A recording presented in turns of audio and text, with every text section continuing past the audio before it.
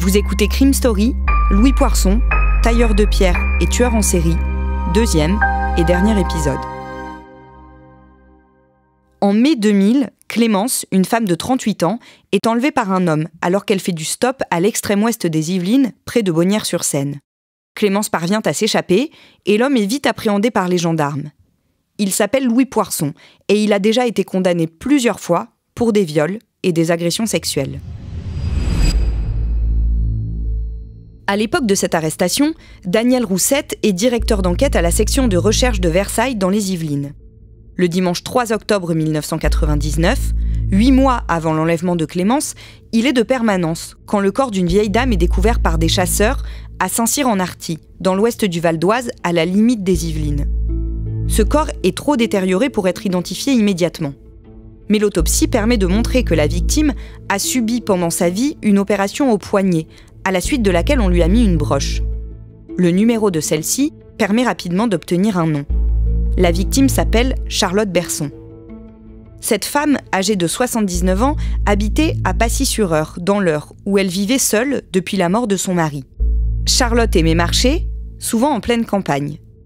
Le vendredi 3 septembre 1999, vers 13h, elle quitte sa maison pour une balade solitaire, comme elle en a l'habitude. Ses filles, son petit-fils qui ont tenté de la joindre dans l'après-midi et les jours suivants, n'ont plus jamais eu de nouvelles d'elle. Malgré les affichettes collées sur les devantures des magasins du secteur, les battues organisées avec les voisins, impossible de savoir ce qu'est devenue Charlotte Berson. Jusqu'à 1 mois plus tard, et la découverte, le premier week-end d'octobre, de son corps par 2 chasseurs, à Saint-Cyr-en-Arthy, à 40 km de chez elle. Pas de doute, la vieille dame a été tuée. Mais par qui ? Pendant les semaines et les mois qui suivent, les enquêteurs butent sur cette énigme. Ils ne trouvent aucune piste, ni aucune raison pour laquelle quelqu'un aurait voulu s'en prendre à Charlotte Berson. À la section de recherche de Versailles, l'arrestation de Poirson et son profil intriguent. Certes, à l'époque, il n'est connu que dans des affaires de viol ou de séquestration. Mais la disparition de Charlotte Berson est intervenue dans un secteur géographique proche du lieu de travail de Poirson. Et le mobile du meurtre de la vieille dame ressemble à un crime gratuit.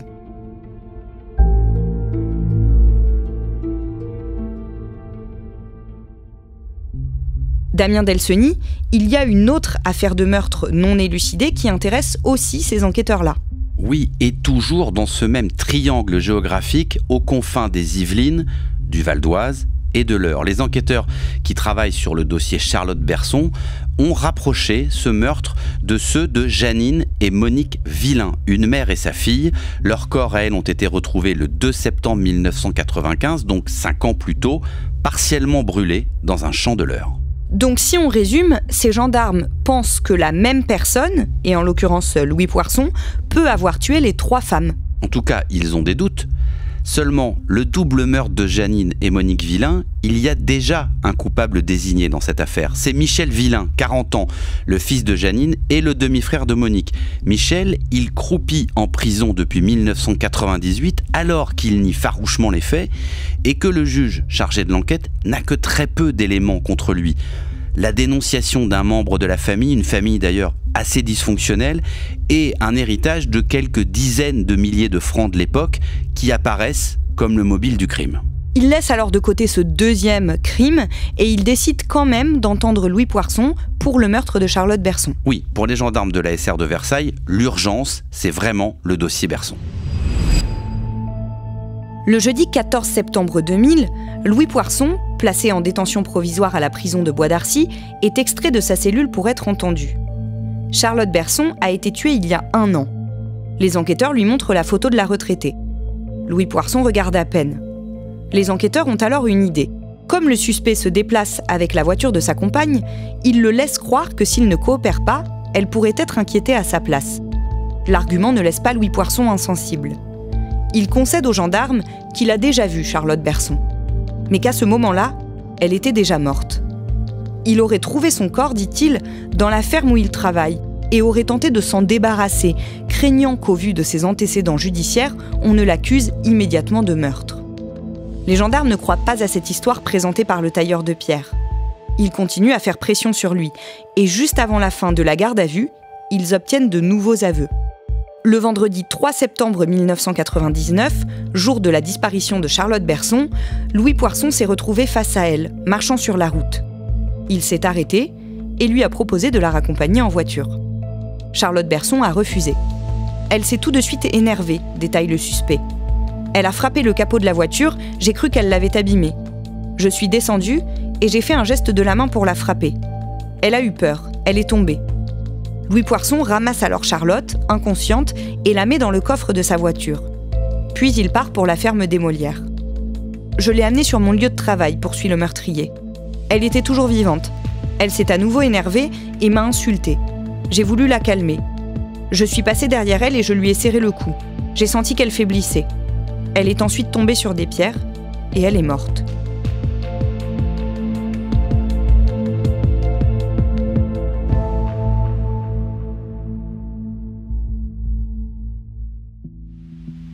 Louis Poirson est mis en examen à la suite de ses aveux pour assassinat le samedi 16 septembre 2000, mais l'affaire ne s'arrête pas là. Alors, une reconstitution de l'assassinat de Charlotte Berson est organisée et pendant cette reconstitution, le comportement de Poirson continue de glacer les enquêteurs et les témoins. L'homme fait preuve d'une froideur et d'un cynisme incroyable. Tuer semble être pour lui un acte totalement gratuit. En gros, si quelqu'un l'énerve, qu'un comportement ou un geste lui déplaît, il reconnaît lui-même qu'il ne se maîtrise plus. Et c'est l'occasion ici de rappeler que Poirson est une force de la nature. Comme il le dit lui-même, son métier de tailleur de pierre a façonné sa musculature en soulevant plusieurs fois par jour des blocs de 100 kilos.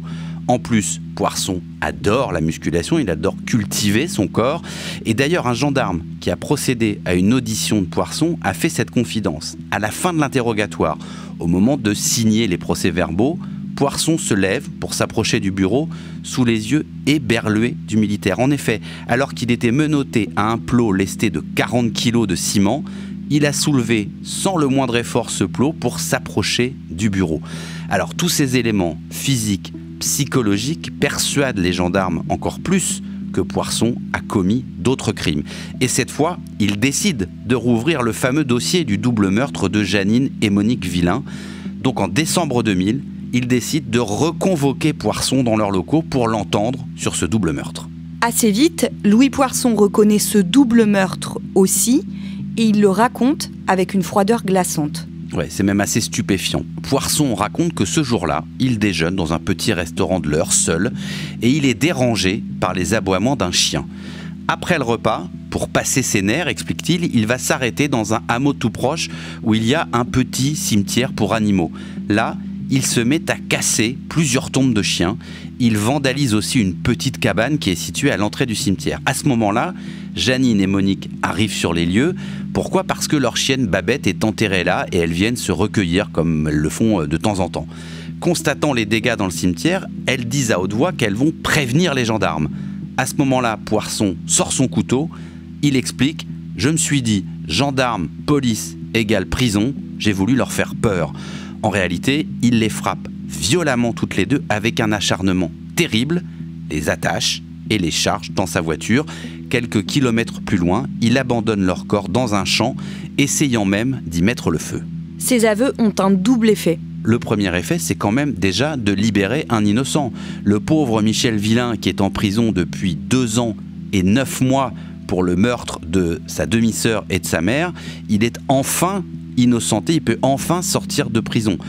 Le deuxième effet de ces aveux, c'est de confirmer le profil terrifiant de Poirson, qui est capable de déchaînements de violence totalement incontrôlés. Chez Louis Poirson et sa compagne, les enquêteurs retrouvent des bijoux qui n'appartiennent ni à l'un ni à l'autre. Ils se mettent alors à chercher l'origine de ces bijoux.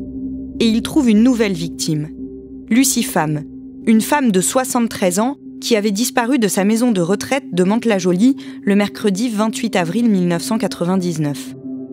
Interrogé sur ce meurtre-là, Louis Poirson reconnaît une nouvelle fois les faits. Des ossements sont d'ailleurs retrouvés dans la ferme où il travaille. Une nouvelle fois, il est mis en examen. Et donc tu l'as poussée, elle est tombée et elle est morte. Damien, on a des images de cette garde à vue de Louis Poirson où il reconnaît le meurtre de Lucie Pham. Oui, alors des images qui sont assez exceptionnelles puisqu'on filme très rarement, évidemment, des gardes à vue. Les images ont été tournées à l'époque par la journaliste Michel Fine qui effectuait un reportage à cette époque-là et elle a pu interroger Louis Poirson pendant sa garde à vue.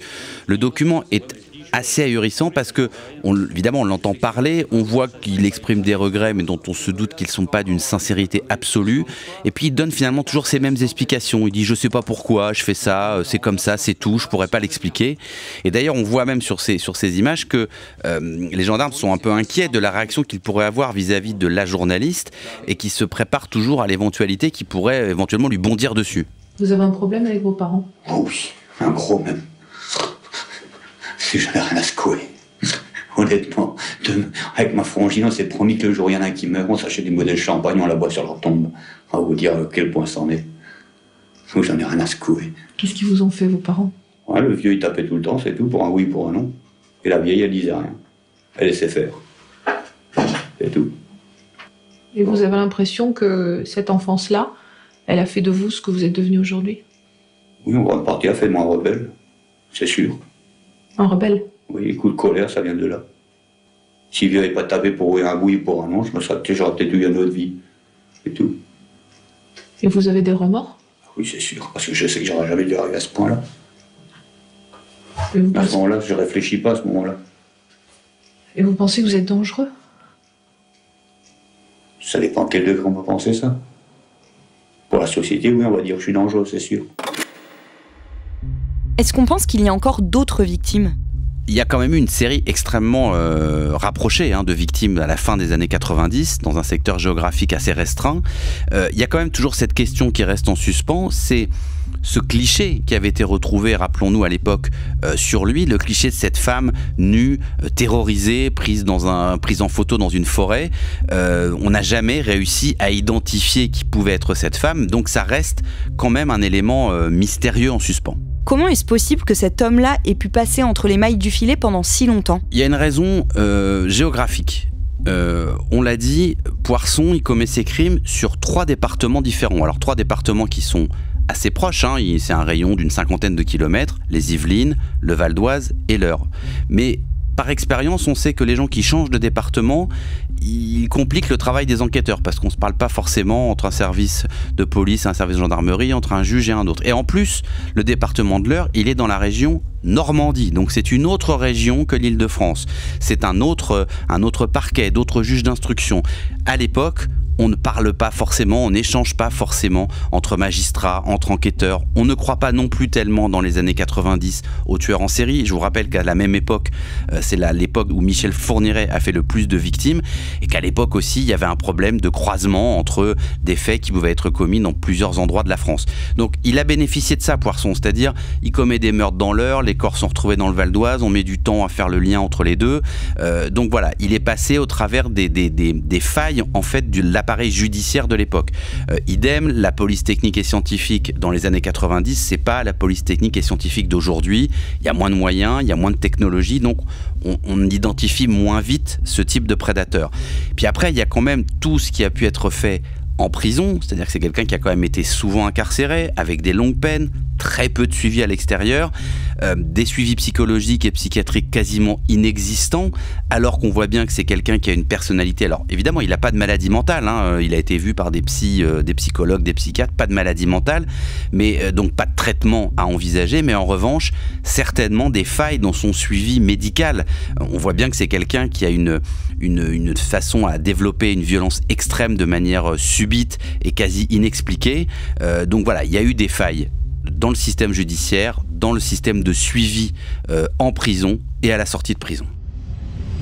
Justice avec l'ouverture du procès d'un tueur en série dans l'Eure. Au moins 4 meurtres lui sont reprochés. Le lundi 23 septembre 2002, le procès de Louis Poirson s'ouvre à Évreux, devant la cour d'assises de l'Eure pour le double assassinat de Janine et Monique Villain.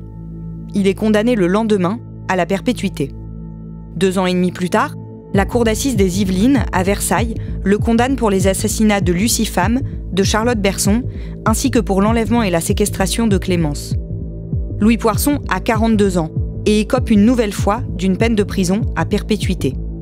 Aujourd'hui âgé de 62 ans, Louis Poirson est toujours incarcéré.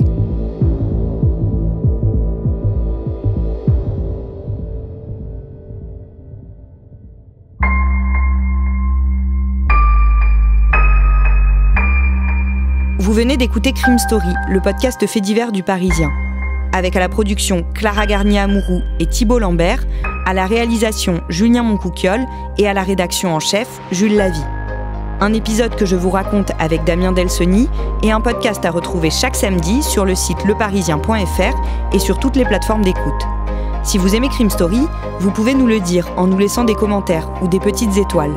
Vous pouvez également écouter tous les jours Code Source, notre podcast d'actualité.